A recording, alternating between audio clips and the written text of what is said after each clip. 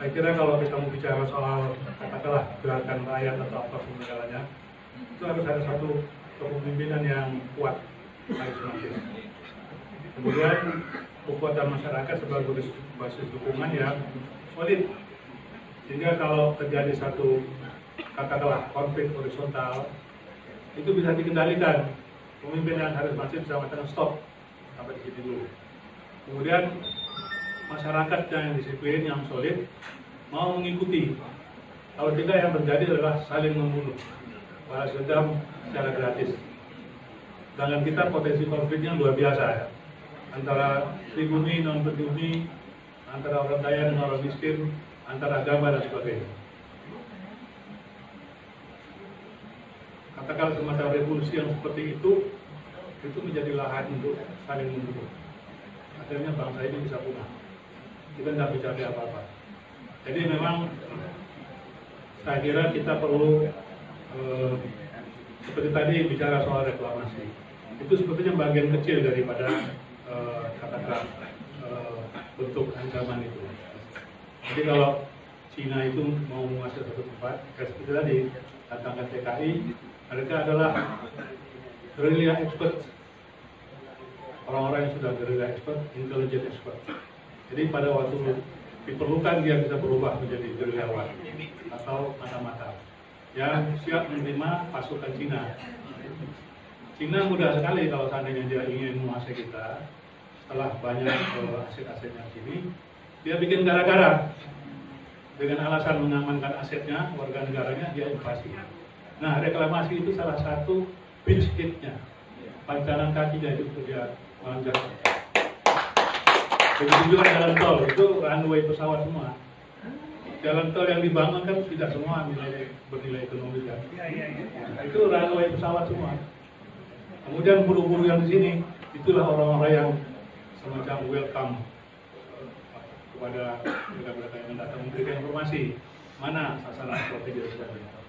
Jadi bangsa kita sekarang sedang dalam tahap mungkin 60% proxy war itu. Hati-hati kalau kita berkutat pada masalah-masalah kecil, kita lupa masalah strategis. Saya memang sedih juga pada senior saya, kenapa mereka yang mengajarkan saya dulu bahwa ancaman masa depan bangsa harus kita cermati dengan baik, kok diam saja, menang kalau orang Jawa itu melihat Tibet seperti itu, Nepal seperti itu, Maladewa seperti itu dan seterusnya, kok diam aja, bahkan ikut berkolaborasi. Ini kan luar biasa kan. Itu nanti kayak saya ganda Pak Anu segala macam ini, saya mungkin menyadari ya bahwa suatu ketika kita akan kaget karena hidup kita kalau bangun tidur tetangganya Cina semua. Apalagi sekarang ada undang-undang duit kewarganegaraan. Itu luar biasa, tapi tidak ada yang tentang kan. Tenaga kerja asing bisa diperpanjang dengan mudah. Yang masuk kan ini 100 juta, setiap pilkada dia menang terus. Jadi sebetulnya kalau mata saya yang 17 tahun di intelijen, terang benderang melihat ancaman itu. Makanya saya bilang Jokowi itu berpotensi sebagai pengkhianat bangsa. Kalau saya tidak bilang ada berpotensi, saya sudah diciduk dulu ya. Saya pakai kata pengaman potensi berpotensi. Dia melakukan pembiaran ya. 100%. Coba, sekarang dia tidak ngaku komunis. Betul, dia menang. Waktu itu umurnya masih berapa tahun ya. Tapi saya ini kasih hidup partai komunis. G13 PKI saya di Jakarta. Kasih hidup bagaimana saya jaga rumah Pak Yani, teman-teman saya ada di rumah Pak Anas dan sebagainya. Melihat jasad-jasad mereka dibawa ke makam. Jadi komunis itu tidak pernah hilang, dia hanya diam satu ketika, kemudian sambil lihat kiri kanan, tumbuh berkembang pelan-pelan, lihat bangun kata-kata jaringan dan sebagainya. Dan kalau sudah mulai kuat dia eksis sebagai partai. Nah sekarang ini dia tidak hilang, anak cucunya masih ada. Kemudian mereka berani mengatakan bahwa aku bangga jadi anak komunis. Itu berarti dia kuat itu. Kalau dia tidak kuat dia diam. Ada yang di belakangnya. Jelas sekali yang di belakangnya Cina. Kadang-kadangnya kan dilatih sana.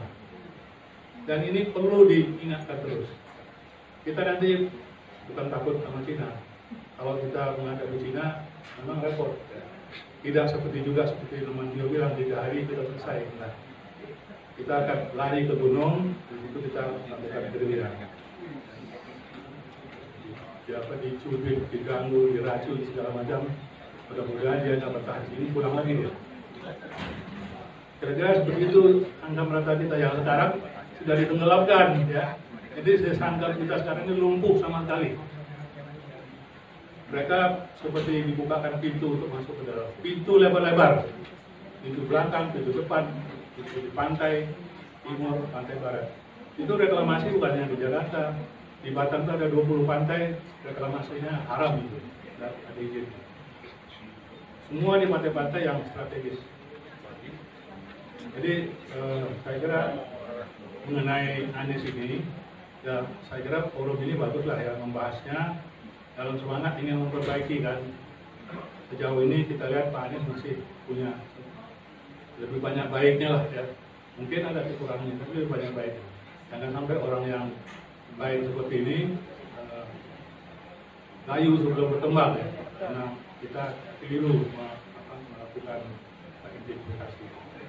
Jadi seperti Saganda tadi mengatakan bahwa itu pulau tetap dalam kontrol kita, kecuali pulau itu selanjutnya yang mengusahakan Cina. Nah, itu kan dalam kontrol kita, kontrol pemerintah. Pemerintah bisa mengatur, jangan sampai itu bisa menjadi basis anggaran. Kalau dia bikin katakanlah semacam apartemen segala macam, terus kemudian yang isinya orang-orang Cina semua, itu yang salah kita kalau kita biarkan, karena kita masih kontrol. Tapi kan tolong dicek dalam kelanjutan ini siapa yang kontrol pulau ini. Kalau yang kontrolnya Taipan itu lagi, ya itu perlu dilanjutkan. Ya. Siapa yang memberikan izin seperti itu? Saya kira Anies dia pertanyaan juga dia nanti bagaimana berbentuk ancaman yang bisa membahayakan kehidupan nasional. Saya hanya mengingatkan ini, jadi jangan kita terlalu tergolong dengan katakanlah masalah ekonomi, masalah dana lain, tapi coba sisihkan waktu untuk memikirkan ya. Ancaman ini pelan itu pasti akan kita hadapi. Saya kira pelan, apalagi kalau Jokowi 5 tahun lagi dia jadi presiden. Benar, kita 5 tahun waktu yang cukup banyak itu untuk membangun infrastruktur. Sekarang aja sudah terbangun kan, pulau, jalan tol, pelabuhan, semua sudah digadaikan ke Cina. Konon katanya bank-bank kita kan utangnya luar biasa. Hampir semua bank pemerintah itu utangnya sekian ribu triliun. Saya kira itu Bapak sekalian. Terima kasih atas perhatian. Mohon maaf kalau ada yang kurang. Saya tidak mau terkait. Hidup siapa? Terima kasih.